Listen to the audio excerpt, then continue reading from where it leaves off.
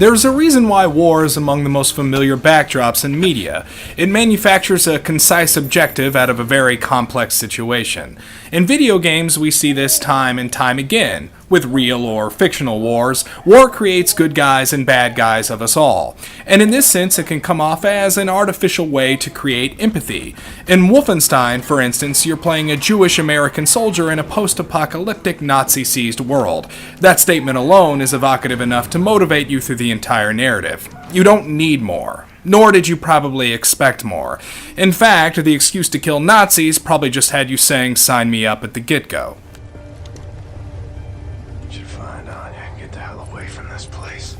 But in a way, that's kinda easy.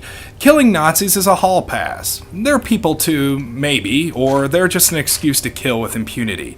Recently, what games have lacked in good narratives, they've attempted to remedy with their imagery. Anti-war messages in video games, for instance, have existed for a long time. Hideo Kojima particularly emphasized anti-war sentiments in his Metal Gear Solid saga.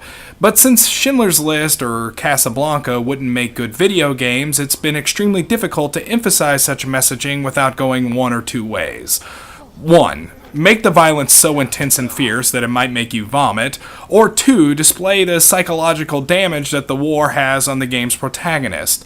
Both are valid, and both have worked, but the irony of this anti-war messaging is that their objectives almost always center around killing people. Bad people, maybe, but people. So with that said, I hope we agree that when Deep Silver published a little game by 11-bit studios called This War of Mine, it was timely, and it evolved the medium.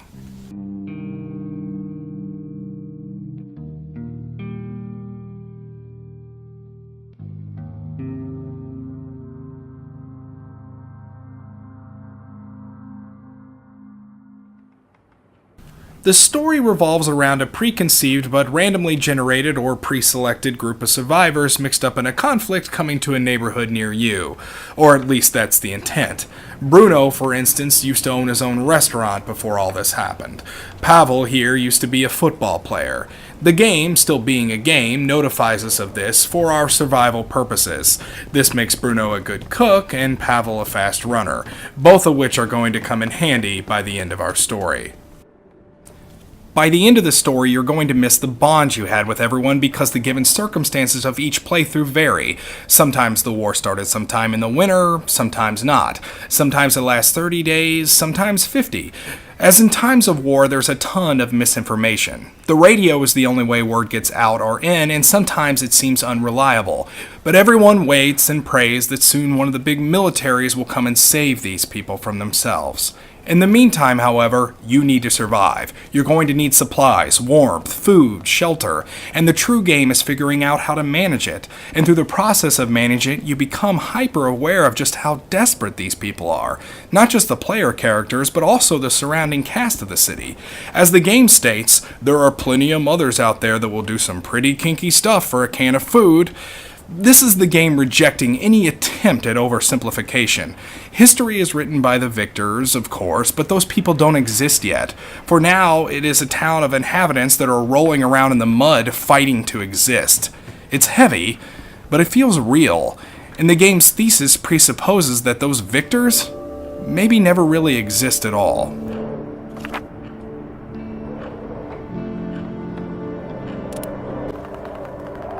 At first, when someone tries to kill you, you're going to feel like you're playing a game. Good guys and bad, clearly defined. But when that time comes, and it probably will, that you have to kill someone to survive, or steal from someone to survive, or pour your resources into mending your most valuable survivor first at the peril of the rest, you begin to understand. There are no Nazis here. It's demeaning but thoughtful, dehumanizing but practical. In my game, if Marco died, we all could. That doesn't mean that everyone gets that hall pass for the thing she or he had to do. Some characters will flat out reject the game's hypothesis, forever convinced that killing is wrong, that stealing is wrong. Others, however, will be more understanding. Depending on where you fall on the spectrum, you're eventually going to have to face reality. Your characters are stuck here, and help may not be coming. Out there, you were a football player. In here, that means you can outrun who would be your killer. And sometimes when these characters are finally confronted with that, the results are heartbreaking. Aside from that, the mechanics are a Venn diagram of genres. It meshes survival horror, real-time strategy with point-and-click adventure. Ignoring the feral philosophy of justifiable homicide, the game is actually quite simple. When it's cold, you build a furnace. When you're hungry, you cook food. At night, someone goes out and scavenges for supplies to use or trade, and the others stay behind. Those that stay guard the shelter or sleep. Both are important, but those decisions make up what is mostly a mundane experience. Chopping firewood will do that. It's how you prioritize your resources where the days get interesting. Oddly, the safer you are, the less fun there is to be had. Managing poorly forces you to make choices on who will eat for the day. Playing the game well will eventually devolve into a lot of sitting and waiting for someone to wake up from a nap so you can take yours. It's interesting, but certainly not a triumph. Often you're going to be visited by a trader who reminds you every time he arrives how dangerous it was to get here, as if somehow you're responsible for the risk he takes. I'd be willing to give him the benefit of the doubt, but it's really the only thing he's ever willing to talk about. Occasionally also you'll be visited by people from neighboring shelters that need assistance clearing the rubble, saving a life, or bandaging their friends. Helping them will risk your resources, but perhaps now they'll be willing to share theirs. One may look at it as ensuring their obligation, others will see it as just doing the right thing. At night, the game gets more interesting. This is where you scavenge for supplies. It's a cat and mouse game that manages to perfectly balance risk and reward. Of course, the risk you take will be much higher if your player character is less athletically inclined. Gameplay shifts based on the survivor you send out at night, so some are quick, some have more inventory slots, and some are better at killing. Moral dilemmas will constantly arise. I can donate medicine to the hospital, or I can steal what they have. Maybe I need the supplies to trade. Maybe someone I know needs it. Stealing is stealing, but you're going to find yourself defending every morally questionable thing that you do, which probably wouldn't be unlike actual survivors of such circumstances. Nothing is about what you want, it's about what you need.